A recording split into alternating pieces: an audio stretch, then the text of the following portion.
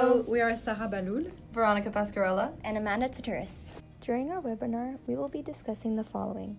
What is a flipped classroom? How you should flip your classroom? How you can flip your classroom? The technology you can use in your classroom? Some learning platforms? Alternatives to technology? Multiple intelligences? And myths of a flipped classroom. I'm now going to talk to you about what a flipped classroom is in its very basic form. According to Lage, Platt, and Treglia, inverting the classroom means that events that have traditionally taken place inside the classroom now take place outside of the classroom and vice versa. So for example, typically teachers would lecture their students about a specific topic, especially in the beginning of a unit, and then students would go home and complete a homework. Afterwards, some teachers usually would go over the homework in class or simply correct it and return it. However, in a flipped classroom, the lectures are recorded and watched before the class time, and in class, the students would complete the traditionally known homework, such as equations, readings, and so on, discuss it, and complete it in class amongst their peers. On the following slide, there's a great image which depicts the key differences between a flipped classroom and a traditional one. As you can see, there is still work to be completed before, during, and after class time. Essentially, the class time is utilized for student-teacher and student-student interactions as opposed to a teacher-centered class time. Later on in the presentation, we will discuss the types of work that you can assign before, during, and after class in more detail. John Bergman and Aaron Sams were the first to experiment with the flipped classroom. Let's listen to John's definition of the flipped classroom.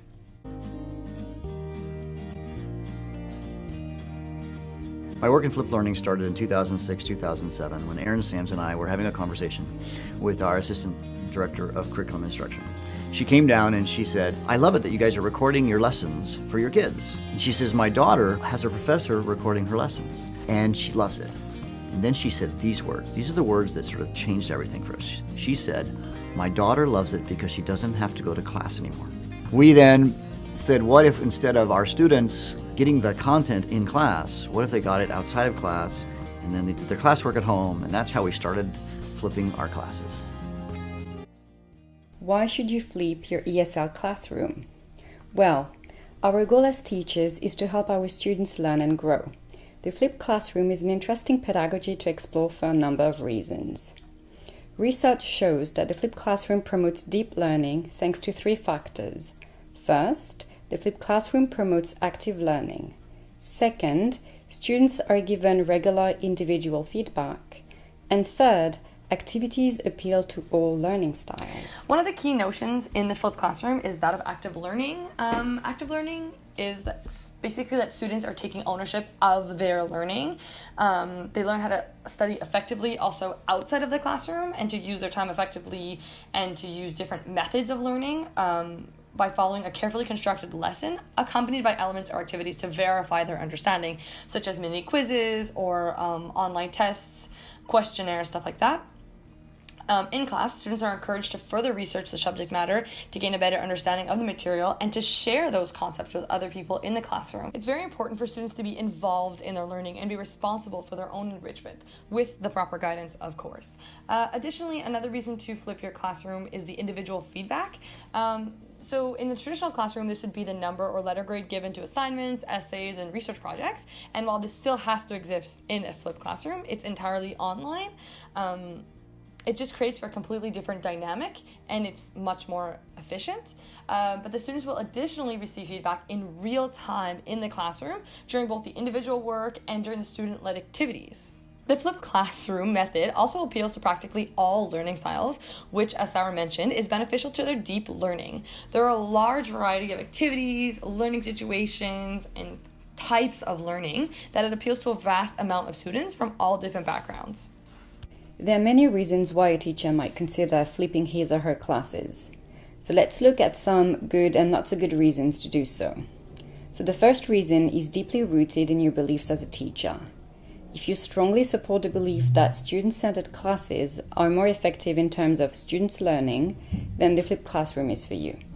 Because flipping your class involves radically changing your approach to teaching, you must be comfortable giving freedom to your students, getting out of your comfort zone by experimenting new ideas and teaching on your feet, being okay with making mistakes, having enough time and energy to rethink your material, and you must be comfortable with technology, such as apps, tablets, learning platforms, etc. So now there are a few reasons why this might not be for you yet. You should not flip your classes if somebody told you to, or if you want to be part of a trend.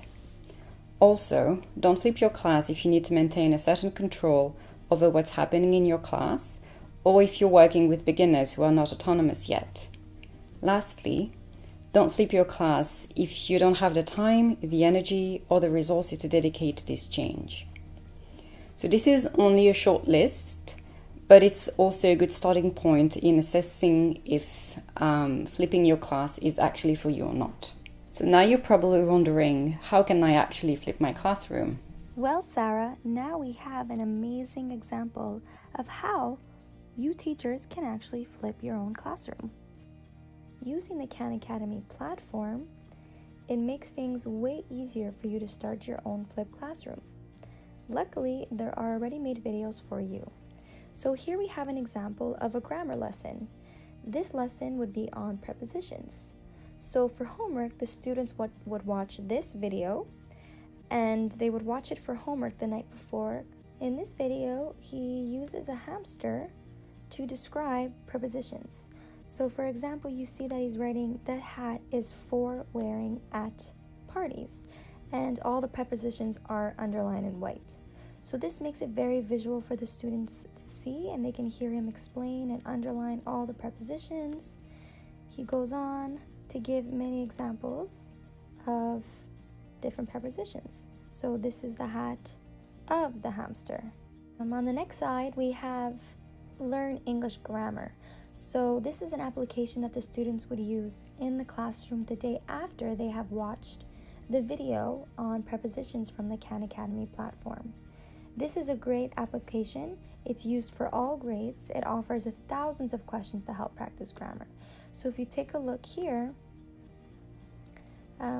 we have the application, and you can choose practice or test depending on what you're doing in the classroom. Let's say we're just doing a practice and you're doing this for an elementary classroom.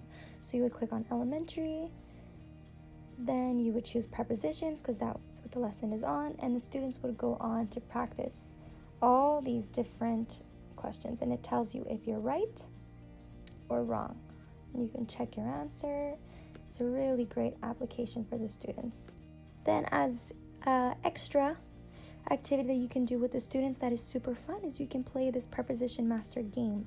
This is another application, and it's free. You can download it on your iPhone or on an iPad, whatever you have in your classroom, and you can choose the different levels. So let's say we're doing beginner, so you can click on beginner, and then here are the different questions that they would ask you. So my father is blank his office, and the students would choose which preposition goes in the box. It's a really fun game, and you can play with multiplayer, so it's a little challenging and competition going on in your classroom. Thank you, Amanda, for this example. So there are 4 foundational principles that a teacher needs to apply when flipping his or her class. The first one is set a flexible environment. Because the flipped classroom calls for active learning, independent learning, and group learning modes, the teacher must be flexible in the way they set up class activities, in the way they allocate time to spend with students individually, and in the way they monitor in-class and out-of-class learning. Second, learning culture. So flipped classes are student-centered classes. The role of the teacher changes from knowledge transmission to knowledge facilitation. The role of the teacher is now to promote curiosity and knowledge construction, and to act as a guide. The third principle is intentional content. So teachers must carefully select the material students will use at home and in class. They must also carefully design content to be used in class in order to maximize learning. And the last one is professional educator. As said previously, the role of the teacher changes. As a teacher, your role is now to facilitate learning, provide real-time feedback, observe students, take notes, and critically reflect on your experiences. There are many free applications that you can use in your classroom to really dive into the flipped classroom approach. The studies suggested by Gangumarian and Pasupathy in 2017 said that the finding shows that listening skills are better acquired through apps more than that of other language skills. So it's very important to keep in mind when you're planning your lessons. So here are 2 great applications that you can use with your students. The first one is called Duolingo, and this can be used with any grade level. It would be really interesting to use in a flipped classroom as an activity to reinforce any skill that you've taught the students for their homework assignment the night before. So Duolingo, you practice speaking, reading, listening, and writing skills. It also helps improve vocabulary skills. Now here's an example of how the app works.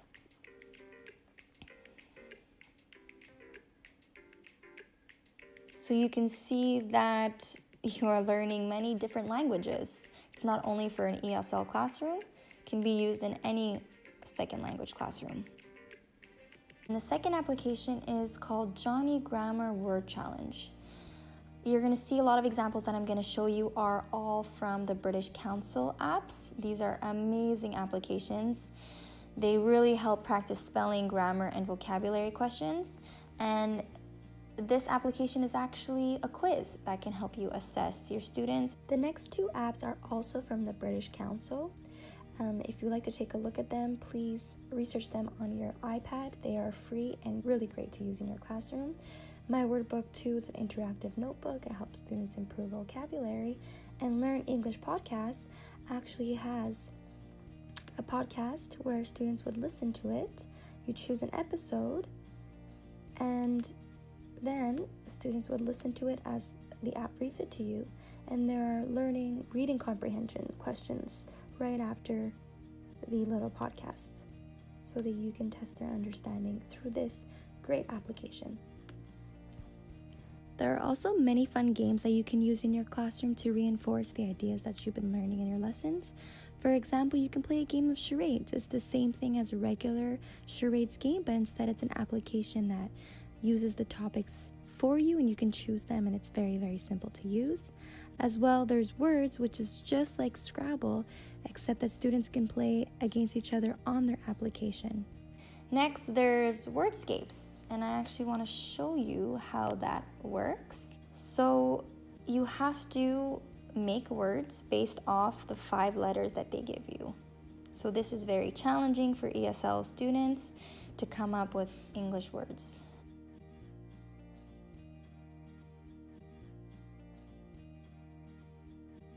Learning platforms. So these learning platforms are a great way to support our students' learning at home.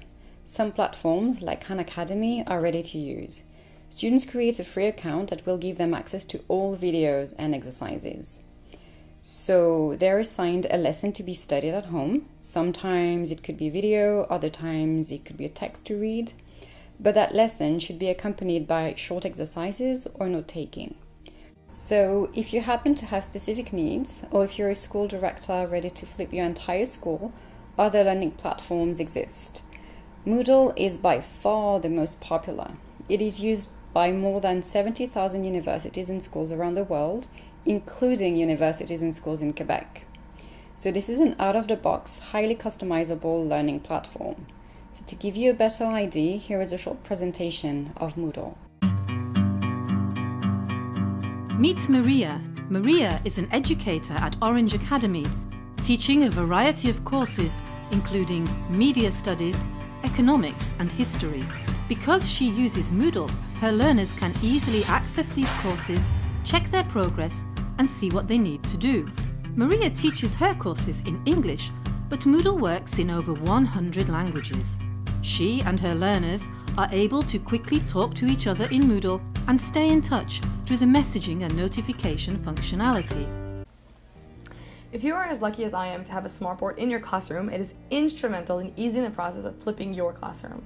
However, even without this physical board, the Smart Notebook application is user-friendly, efficient, and has a number of characteristics aligned with teaching a flipped classroom. Basically, what is so great about the application, which is easily downloadable on all computers and tablets, is that you can record your voice and screen while using the application. It is similar to an interactive PowerPoint, and as I have mentioned, it is very user-friendly with a number of websites explaining the key features. There's also the Smart Exchange, which is a website associated to the application where people upload ready-made lesson plans for all subject areas, which you may download and use entirely for free. If you do have the smartboard, all of the work completed in class on the board can be saved, uploaded, and made available to students who are either not present for the class or who wish to review the information. This is as opposed to the whiteboard or chalkboard where everything inevitably gets erased. There are also a number of apps that are made to work harmoniously with the smartboard or with a projector. One example that I'm going to show you is the Kahoot app. So this app allows you to question your students and record their answers immediately in real time. So essentially the app allows teachers to make the quizzes and give the options for answers, which is demonstrated in the video. And then the students can answer those questions using their telephone or tablet right in the classroom. The correct answer, as well as the percentage of students who chose each option, is then displayed on the board. So it's not pointing out which students got the answers correct or not correct. It's just saying like 10 out of 11 students got the answer correct while one didn't. But it's not singling people out. There's also an option for a point system and a time limit if you wish to make it a little bit more competitive and engaging for the class. In addition to having a lot of apps for the smartboard, there's a number of ESL websites which may be used greatly with the smartboard or, like I said, a projector in the classroom. But these websites may also be used individually or like in small groups, either completed on a classroom computer, laptop, or even tablets if you have those in your classroom. They can also be used as reinforcement after class time or before class time. My personal favorite ESL website is called ESL Games Plus. So this website just has hundreds of games for all different ages, ability, and ESL topics. The games are really simple, which allows more focus on the content and is engaging for the students of any age. They're straightforward also, so it's not very wordy or confusing, and there's just all kinds of styles of games, as we can see in the video. On this particular slide, we have just one example of a game that is available on the website ESL Games Plus. As you can see here, the setup is very straightforward and simple. It takes no time to get into the game, which again makes that just more engaging. There's not very many rules. It's very clear, and then you can just start playing. The questions are also not too wordy. They're pretty straightforward, and they cover a number of topics which are very closely aligned with what we teach in ESL on a day-to-day basis. But what if you don't have any technology in your classroom? Can you still do a flipped classroom approach? Well, of course you can, and here is how you can. There are many traditional classroom activities that you can do, such as Jeopardy, debate, the hot seat, some group activity, creative writing, and book clubs. As well as there are many classroom board games that you can play, such as Scrabble, Categories, Headbands, and Guess Who. So when considering differences in how each student learns, teachers may reflect on the multiple intelligences theory developed in 1983 by Howard Gardner. In this theory, the idea of a single intelligence quotient, the IQ, is challenged. This theory instead proposes that each person has multiple types of intelligence. Each of these different types represents specialized ways of processing and interpreting information, informing in turn how each of us learn. The following slides provide a number of examples of activities which may be used in flipping your classroom, and they additionally relate to each of the intelligences in Gardner's theory. So the inverted classroom is also an amazing way to support our students' complex cognitive abilities development. Through active learning, the variety of tools and activities used in and out of the classroom, and close monitoring and real-time feedback, students will develop and sharpen their interpersonal skill, communicative skills, self-reflection skills, intrapersonal and human skills, and organizational skills. So every time we discuss flipping your classroom and how you can go about doing it and what exactly it means, we're always confronted with a lot of worries, which are very understandable. However, most of them are myths. And so I'm just going to talk about those real quick to ease your minds a little bit. So the first myth that we see often is that people believe that the flipped learning replaces face-to-face teaching. This simply isn't true. It's not, I'm going to send you my PowerPoint and you just need to read it and don't have to show up to class. It's not, okay, I'm going to send you a bunch of online stuff. It's not online courses whatsoever. It's just reorienting the way the work is distributed in a classroom. So there's actually no more or less face-to-face teaching in a flipped classroom. It's just that the relationship between the teacher and student is different, whereas a traditional classroom you would have the teacher giving information to the student, and in a flipped classroom it's more of a relationship. So they're both responsible for that student's learning, and there's just more accountability for everything that's going on and more involvement by that student. All of the technology and traditional games we have presented in our presentation today actually don't replace any of the teaching time or any of the in-class exercises or activities. The second most common myth that we hear after giving this presentation is that teachers have to flip all of their lessons at once and fully invest in this type of teaching. And that's just not true. We're all teachers and we all understand that you have 1,000,001 things to do, but you can just start slowly by flipping a couple lessons, maybe once a week, once a month, and also just thinking about the types of activities you're choosing to do with your students in the classroom. The point of this way of teaching and us speaking about it is for you to think about the relationship that you currently have with your students and the activities that you're using and how beneficial they are to the entirety of your group. It also has to be built over time. So if you flip one lesson per unit and then eventually the next year you'll have 2 lessons per unit and then 3, it's much easier. You can also just start by implementing a different type of homework or a different type of classroom activity or allotting a certain amount of your classroom time to interactive activities which you might not have done before. So another common worry or constraint that we feel after giving this presentation is that people are under the impression that they have to video themselves lecturing like to a pretend audience or in a classroom. That simply isn't true. You can make these videos at your own home and they don't have to be of you doing anything. They can just be of your voice or even of somebody else's. As Sarah mentioned before, with the number of platforms, there's already videos out there. You don't even have to use your own. And as well as I before showed the smart notebook. It's just your voice and then your screen, so you can be showing things and speaking, but they don't need to see you at all, basically.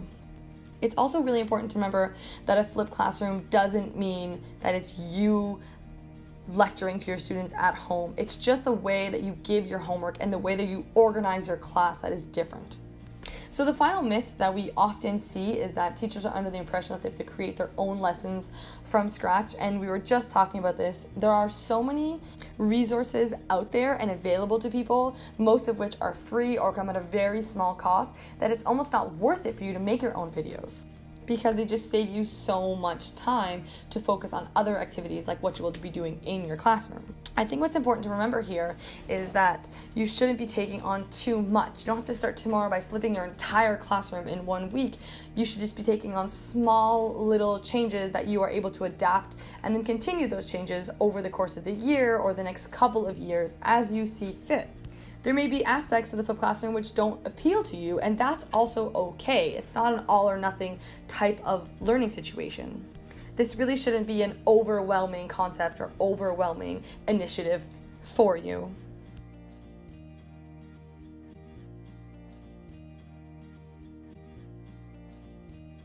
Thanks! Any questions? Feel free to post them in the Video Symposium submissions discussion post.